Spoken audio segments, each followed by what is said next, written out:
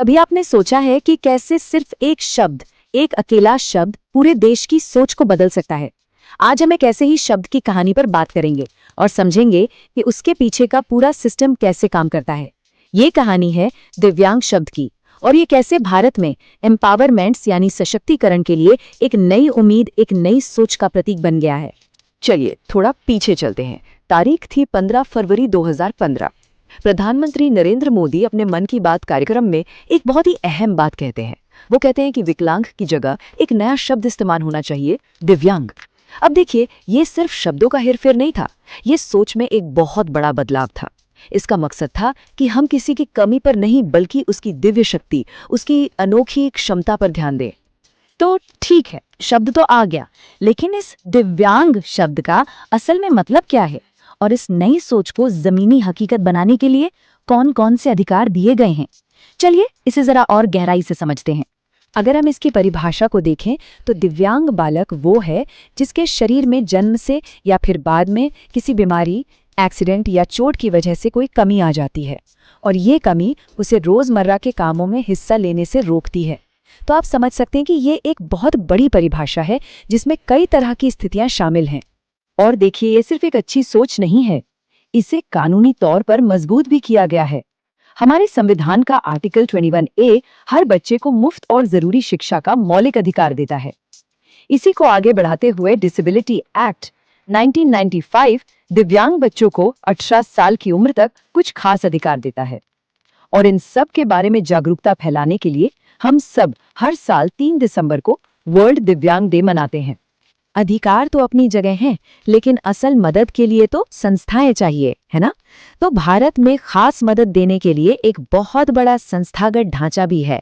आइए अब एक एक करके उन नेशनल पिलर्स, उन राष्ट्रीय स्तंभों को देखते हैं जो जमीनी स्तर पर सच में बदलाव ला रहे हैं।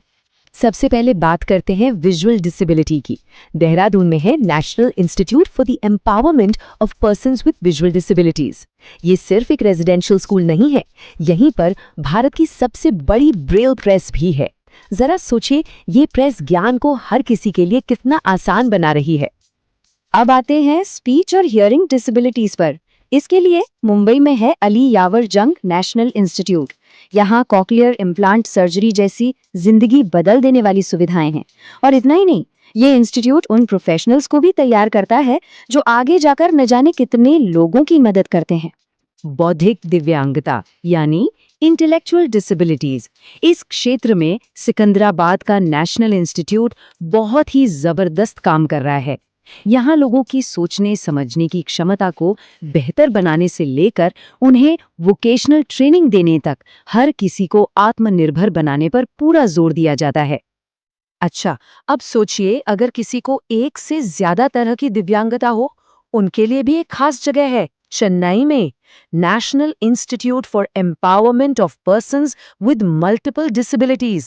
यहाँ फिजियोथेरेपी से लेकर इंक्लूसिव एजुकेशन तक सब कुछ एक ही छत के नीचे मिल जाता है। फिजिकल डिसेबिलिटीज के लिए दिल्ली में है पंडित दीनदयाल उपाध्याय नेशनल इंस्टीट्यूट। यहाँ की खास बात यह है कि ये सिर्फ कृत्रिम अंग या ऑर्थोटिक्स ही नहीं देते, बल्कि साइकोलॉजिकल काउंसलिंग पर भी बहुत जोर देते हैं। मतलब इंसान को शारीरिक और मानसिक दोनों लेवल पर मजबूत बनाया जाता है। अब थोड़ा पूर्वी भारत की तरफ चलते हैं।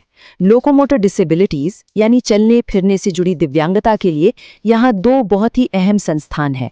एक कटक में SVNIRTAR और दूसरा कोलकाता में NLILD।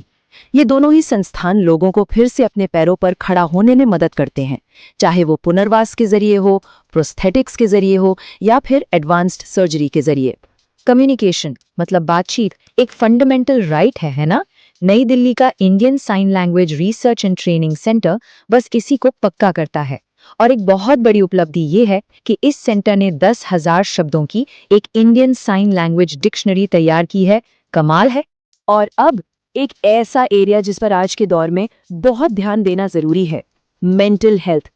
इसी जरूरत को समझते हुए मध्य प्रदेश के सीहोर में अक्टूबर 2018 में national institute of mental health rehabilitation की स्थापना की गई। तो ये तो हो गए बड़े बड़े नेशनल इंस्टीट्यूट्स, लेकिन सवाल ये है कि ये मदद देश के कोने कोने में हर छोटे बड़े शहर और गांव तक कैसे पहुंचती है। चलिए देखते हैं कि ये पूरा सिस्टम कैसे और भी फैला हुआ है।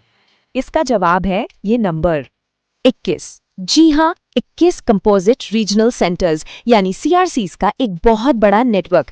आप इन्हें उन बड़े बड़े राष्ट्रीय संस्थानों की जमीनी शाखाएं समझ सकते हैं। इनका काम ये पक्का करना है कि असम से लेकर गुजरात तक और कश्मीर से लेकर अंडमान तक एक्सपर्ट मदद और सेवाएं हर किसी के लिए उपलब्ध हों।